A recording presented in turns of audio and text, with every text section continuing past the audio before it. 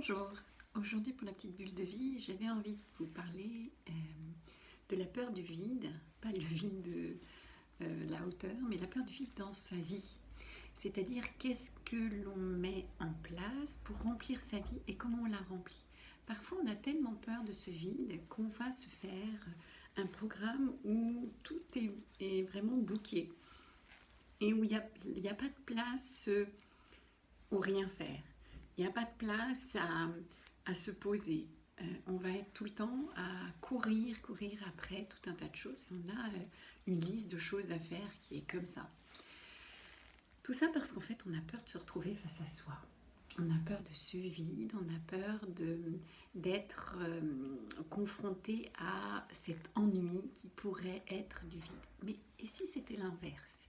Et si ce vide pouvait être un vide plein, c'est-à-dire comme on peut avoir une solitude pleine, on peut avoir aussi un vide qui soit rempli de plein de petits riens et qui construisent notre vie différemment. Et pas forcément dans cet activisme où il faut forcément faire plein de choses. Vous voyez, maintenant on fait, pour les enfants, ils ont toujours tout un tas d'activités, ils ont tout un tas de fonctionnement où après l'école, il faut les emmener à ceci, à cela, etc. Et ils n'ont plus le temps de s'ennuyer.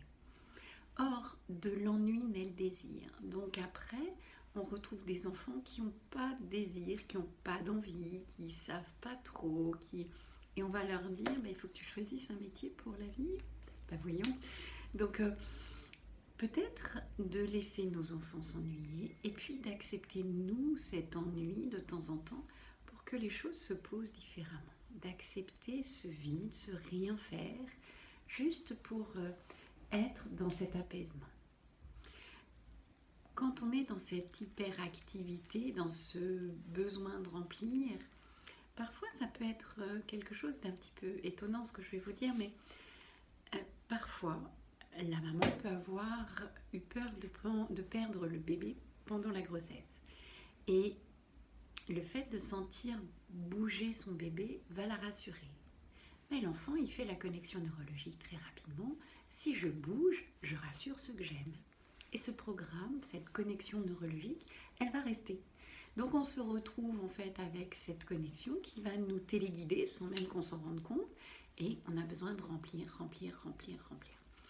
Mais je vous invite à regarder un petit peu si vous acceptez le vide dans votre vie, si vous acceptez que devant vous, il y a une journée où il n'y a rien de prévu et puis c'est super agréable, ou si ça vous angoisse. Voilà. Je vous souhaite une belle heureuse journée et vous pouvez toujours me retrouver sur YouTube, Instagram et Facebook. Bye.